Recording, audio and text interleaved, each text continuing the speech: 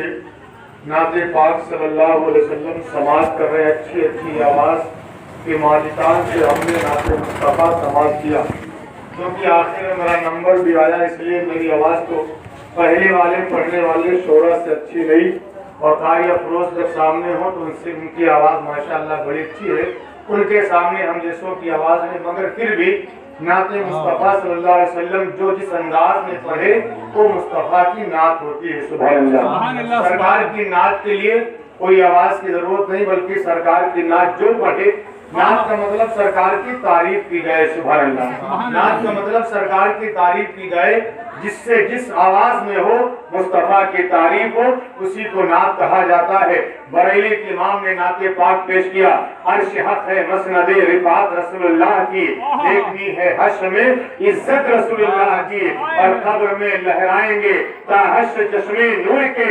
قبر میں لہرائیں گے تا حشر چشمے نور کے، جلوہ فرما ہوگی جب طلعت رسول اللہ کی، اور سورج الٹے پاؤں پلٹے چاند اشارے سے او چار، اندھے نزدیک دیکھ لے قدرت رسول اللہ کی۔ نعت پاک کے مگر میں ترنم میں سے 3-4 شعر آپ کے سامنے پڑھنا چاہتا ہوں، بہت خاص کر قاری افروز صاحب کے حوالے سے، ان کی دعاؤں سے نعت پاک پڑھنا چاہتا ہوں، کیونکہ آپ نے کبھی آج تک نہ سنا ہوگا، لیکن آج سنیں گے کہ میں سرکار کی نعت پڑھنا چاہتا ہوں۔ آپ دعا دیں کہ اللہ پڑھنے کی توفیق رفیق عطا فرمائے۔ آمین آمین۔ آپ اگر بلا لیں گے یا نبی مدینے میں، بولے سبحان اللہ۔ آپ اگر بلا لیں گے یا نبی مدینے میں، آپ اگر بلا لیں گے یا نبی مدینے میں، عمر بھر کروں گا میں نوکری مدینے میں، عمر بھر کروں گا میں نوکری مدینے میں۔ اور مدینے کا تصور کیسا ہوتا ہے؟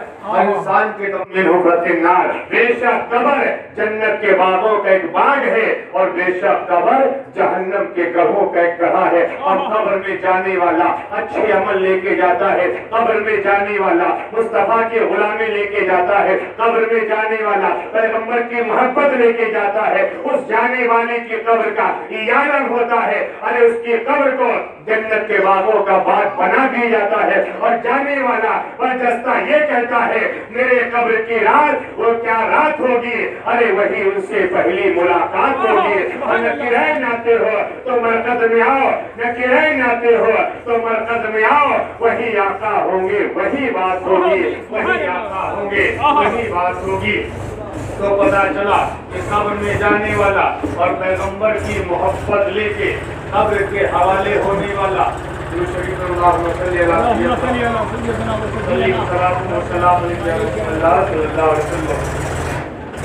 حضرات گرامی، کیونکہ جانے والے مرحوم پیر محمد بھائی کی سال ثواب کے لیے ہم تمامی حضرات محفل میں حاضر ہیں، اور اگر ہم نے محبت سے ایک جملہ اگر ادا کر دیا، اگر ہم نے محبت سے سبحان اللہ کہہ دیا، الحمدللہ کہہ دیا، اور میرے اللہ نے قبول کر لیا، تو جانے والے مرحوم کے خطاؤں کو اللہ معاف کر دے گا۔ سبحان اللہ۔ اسی محبت کے ساتھ سنیں کہ جانے والا قبر میں جاتا ہے، جب نبی کا عشق لے کے جاتا ہے، پیغمبر کی محبت لے کے جاتا ہے، وہ دیانہ قبر میں جا کے برجستہ جب منکر نکیر کی آمد ہوتی ہے، وہ کہہ دیتا ہے میرے قبر کی رات وہ کیا رات ہوگی، ارے وہی ان سے پہلی ملاقات ہوگی، اور نکرین آتے ہو تو مرکز میں آؤ، نکرین آتے ہو تو مرکز میں آؤ، وہی آقا ہوں گے وہی بات ہوگی، وہی آقا ہوں گے وہی بات ہوگی۔ پتا چلا قبر میں جانے والا، اسے جانے والے مرحوم پیر محمد بھائی قبر کے حوالے ہوئے ہیں، اب قرآن خوانی ہو رہی ہے، ابھی قرآن مقدس کی تلاوت کی گئی، کلمہ شریف پڑھا گیا، اب نعت پاک پڑھے گی،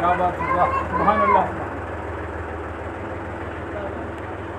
امین طیب کہتے وہی بیٹا کھڑا ہوا اور کھڑے ہونے کے بعد ہاتھ جوڑ کے کھڑا ہو گیا، کہنے لگا امی جان تم نے مجھے تھپڑ مارے، سن لو میں بھاگ جاؤں گا، دوبارہ نہیں آؤں گا۔ اے امی جان بازار میں جا کے کام کروں گا، اپنے پیٹ کو بھر لوں گا۔ اے امی جان ہوٹل پہ کام کر کے اپنے پیٹ کا انتظام کر لوں گا۔ اے امی جان ارے مجھے دنیا میں سب لے جائیں گے مگر مجھے آپ کی ممتا کہاں ملے گی، آپ کا پیار کہاں ملے گا، اے آپ کی ممتا کہاں ملے گی۔ ابن قیم کہتے ہیں اب بھاگے ہوئے بیٹے نے ارے ماں کو راضی کرنے لگا، اب وہی ناراض ماں ہے آنچل کو کھول دیتی ہے اور کہنے لگتی ہے اے بیٹا کہیں اور نہ جا، اپنی ماں کی آنچل میں چھو جا۔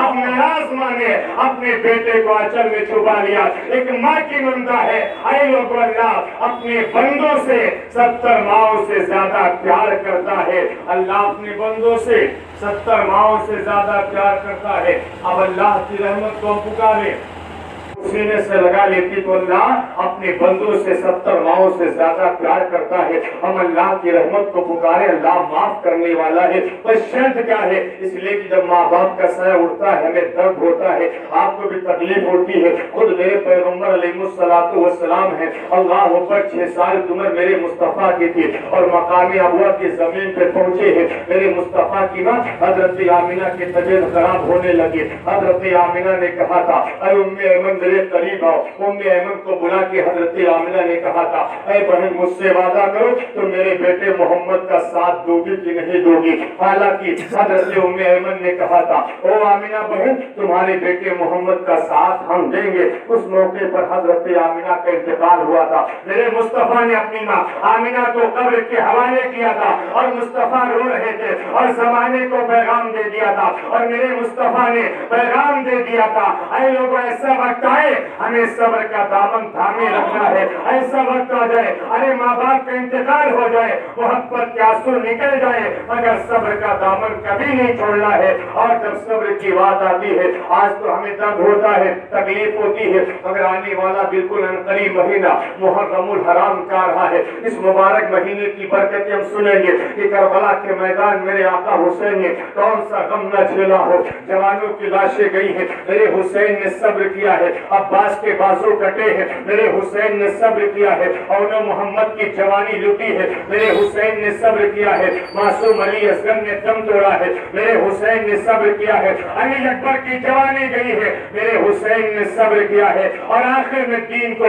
بچانے کے لیے میرے حسین نے گردن کٹا کے ایسا دین بچایا ہے، ایسا بچایا ہے۔ ارے زمانہ کہہ رہا ہے کہ دین نبی کی شان بڑھایا حسین نے، نیزے پہ قرآن سنایا حسین نے، اور قائم رہے جہاں میں نظام شریعت، سر دے کے دین حق کو بچایا حسین نے۔ اور تھرا گئی زمین فلک کانپنے لگا، تھرا گئی زمین فلک کانپنے لگا، اصغر علی کا لاشا جب اٹھایا حسین نے، پتہ چل گیا کہ معاملہ صبر کا ہے۔ ہمیں صبر کا دامن نہیں چھوڑے رکھنا ہے بلکہ صبر کے دامن کو ایسا قائم رکھنا ہے، ایسا قائم رکھنا ہے۔ اور جب ماں باپ کا انتقال ہو جائے، رشتہ دار کا انتقال ہو جائے، ہماری ذمہ داری کیا بنتی ہے؟ ہم ماں باپ کی قبروں پہ حاضری دیا کریں اور ماں باپ کی قبر پہ جائیں گے تو ہمیں اس کا بہت فائدہ ملے گا۔ اپنے کسی رشتہ دار کی قبر پہ جائیں گے اور جانے کے بعد اس میں اپنا بھی فائدہ ہے۔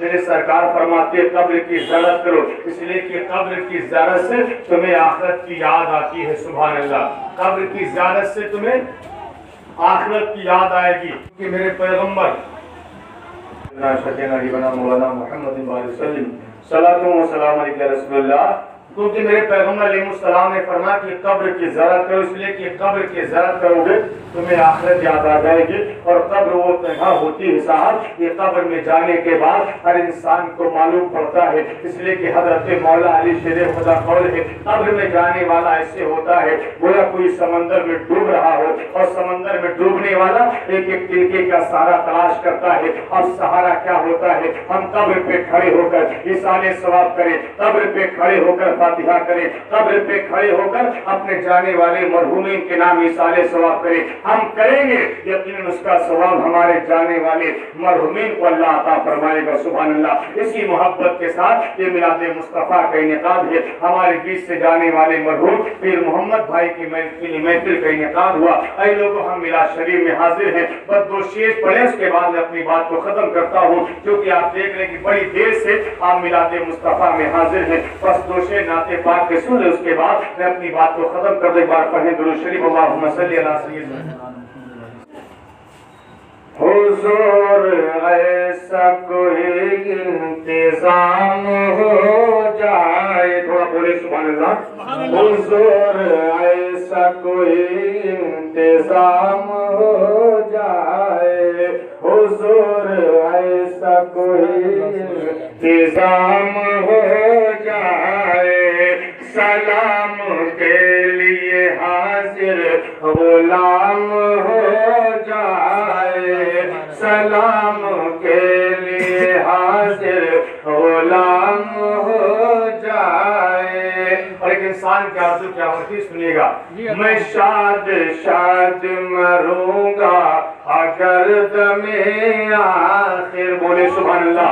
میں شاد شاد مروں گا اگر دم آخر، میں شاد شاد مروں گا اگر دم آخر، نصیب جلوے خیر الانام ہو جائے، نصیب جلوے خیر الانام ہو جائے، حضور ایسا کوئی انتظام ہو جائے، سلام کے لیے حاضر غلام ہو جائے. اللہ کا فرمان کل نفس ذائقۃ الموت، ہر نفس کو موت کا مزہ چکھنا ہے. اللہ کی بارگاہ میں دعا ہے مولا جانے والے مرحوم پیر محمد بھائی کی اللہ مغفرت فرمائے، ان کے چھوٹے بڑے گناہوں کو اللہ معاف فرمائے، اللہ ہمیں جنت میں اعلیٰ سے اعلیٰ مقام عطا فرمائے.